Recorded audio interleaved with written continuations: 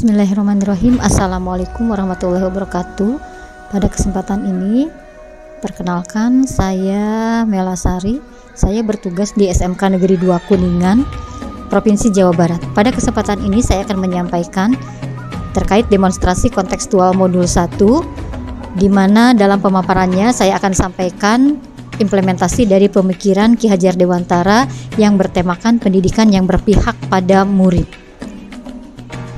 Sebagaimana sudah kita ketahui bersama bahwa Ki Hajar Dewantara merupakan Bapak Pendidikan Indonesia yang lahir di Yogyakarta pada tanggal 2 Mei 1889 dengan nama Raden Masuwardi Suryaningrat. Beliau memiliki kepribadian yang sangat sederhana dan dekat dengan rakyat. Jiwanya menyatu melalui pendidikan dan budaya lokal Jawa guna mencapai kesetaraan sosial politik dan masyarakat kolonial. Jiwanya sebagai pendidik tertanam dan direalisasikan oleh beliau dengan mendirikan perguruan taman siswa pada tahun 1922 dengan tujuan mendidik masyarakat Bumi Putra. Terkait filosofi pemikiran Ki Hajar Dewantara, ada beberapa poin yang ingin saya jelaskan. Yang pertama yaitu pendidikan sebagai tuntunan, di mana setiap siswa tentunya memiliki kekuatan yang ada dalam dirinya. Tugas pendidik salah satunya yaitu menuntun kekuatan itu agar berkembang dengan baik.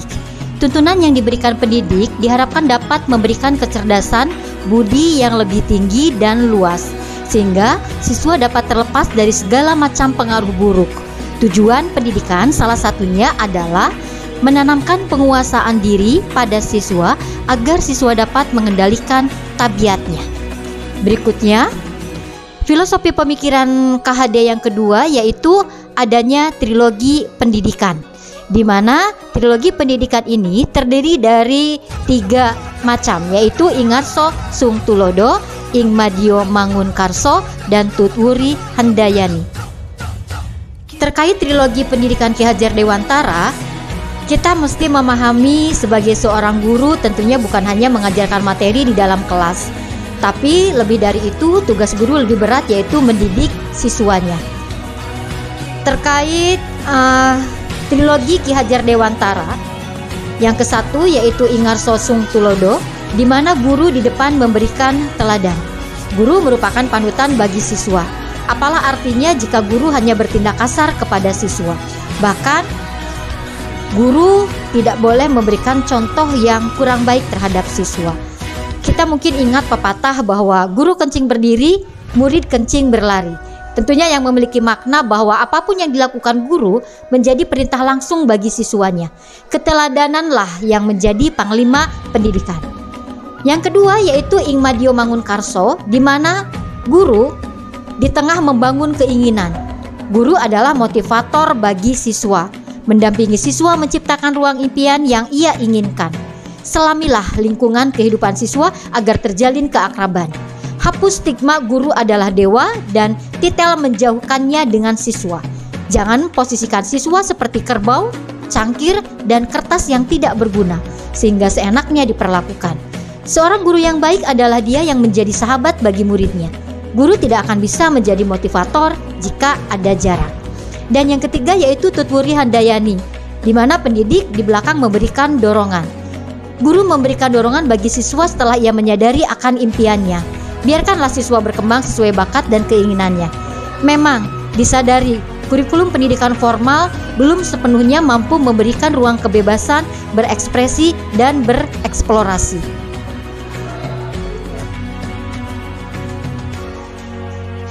Berdasarkan pemikiran Ki Hajar Dewantara, terdapat beberapa tujuan pendidikan.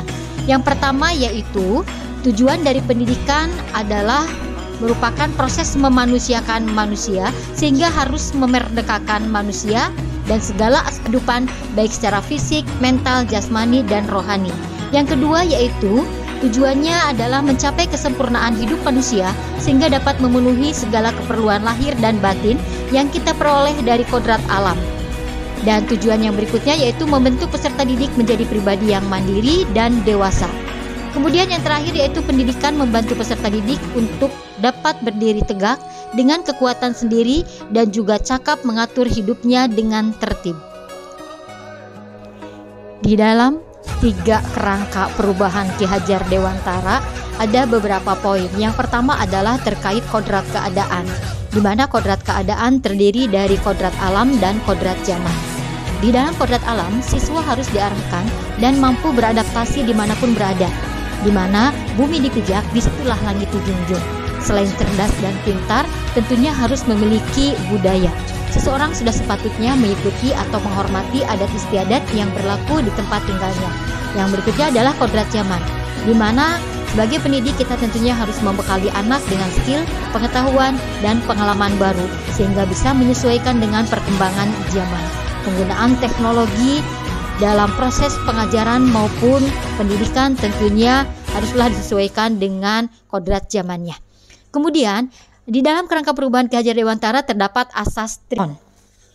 Asas ini dikenalkan oleh Bapak Pendidikan kita, di mana asas ini berawalan kon, yaitu continue, convergent, dan konsentris.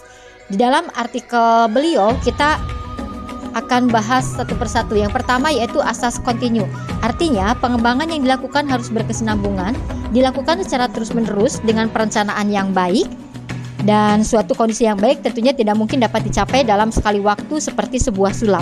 Tahap demi tahap pengembangan dilakukan dengan rencana yang matang. Dengan perencanaan tersebut, maka suatu tahap dilanjutkan ke tahap berikutnya dengan melalui evaluasi dan perbaikan yang tepat.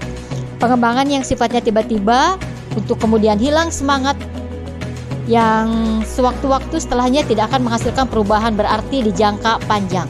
Kemudian yang berikutnya adalah asas konvergen. Artinya pengembangan yang dilakukan dapat mengambil dari berbagai sumber di luar, bahkan dari praktik pendidikan di luar negeri. Seperti yang dilakukan oleh Ki Hajar Dewantara yang mempelajari berbagai praktik pendidikan dunia. Misalnya Maria Montessori, Froebel, dan Rabindranath Tagore. Praktik-praktik tersebut dapat kita pelajari untuk nantinya disesuaikan dengan kebutuhan yang kita miliki sendiri. Saat ini, teknologi informasi telah sedemikian canggih sehingga guru atau kepala sekolah dapat mempelajari berbagai kemajuan pendidikan dari mana saja dan kapan saja. Dan yang ketiga yaitu asas konsentris, artinya pengembangan pendidikan yang dilakukan harus tetap berdasarkan kepribadian kita sendiri. Tujuan utama pendidikan adalah menuntun tumbuh kembang anak secara maksimal sesuai dengan karakter kebudayaannya sendiri. Oleh karena itu, meskipun Ki Hajar Dewantara menganjurkan kita untuk mempelajari kemajuan bangsa lain, namun tetap semua yang ditempatkan secara konsentris dengan karakter budaya kita sebagai pusatnya. Pendidikan yang menggunakan teori dan dasar kebudayaan bangsa lain, walaupun bangsa yang maju, secara tidak langsung tanpa mengaji ulang, menyesuaikan, dan mengevaluasinya tidak akan menghasilkan kemajuan bagi dunia pendidikan kita. Implementasi pendidikan yang berpihak pada murid, yaitu pendidikan yang menuntun tumbuhnya potensi minat, bakat, sesuai dengan kodrat alam dan kodrat zaman anak.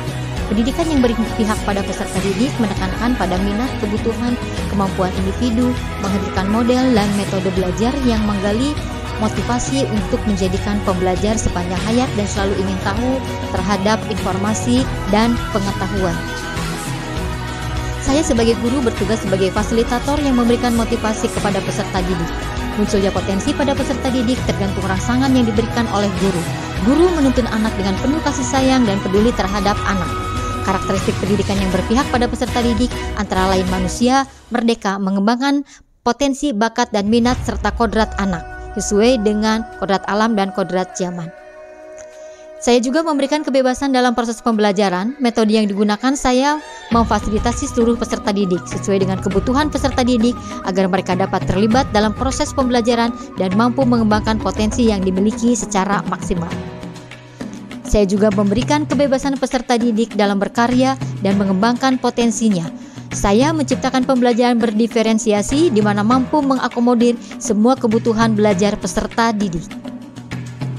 Pada abad 21, pendidikan tentunya harus berfokus agar menghasilkan output sumber daya manusia yang memiliki keterampilan 4C, yaitu critical thinking, communication, creative thinking, dan collaboration. Melalui pendidikan yang berpihak pada peserta didik, tentunya hal ini mampu memerdekakan dan dapat memberdayakan peserta didik itu sendiri. Merdeka belajar merupakan gagasan yang memberikan kebebasan kepada para guru dan peserta didik dalam menentukan pembelajarannya. Tujuannya yaitu untuk menciptakan pendidikan yang menyenangkan bagi peserta didik dan pendidik. Saya dalam mengimplementasikan pemikiran Ki Hajar Dewantara tentunya di dalam proses pembelajaran mendesain kegiatan pembelajaran yang dapat mengakomodir semua peserta didik sesuai dengan kebutuhan belajar, memberikan pertanyaan pemantik, memberikan motivasi dan dorongan kepada peserta didik, dan mengintegrasikan teknologi dalam proses pembelajaran seperti penggunaan komputer, interkom, dan lain-lain. Saya juga melakukan evaluasi dan refleksi pembelajaran karena sangat penting dilakukan agar guru dapat mengetahui sejauh mana proses pembelajaran berhasil dan untuk melakukan perbaikan pembelajaran di masa mendatang. Demikian pemaparan yang bisa saya sampaikan terkait implementasi pemikiran Ki Hajar Dewantara dengan bertemakan pembelajaran yang berpihak kepada murid. Terima kasih atas perhatiannya. Wassalamualaikum warahmatullahi wabarakatuh.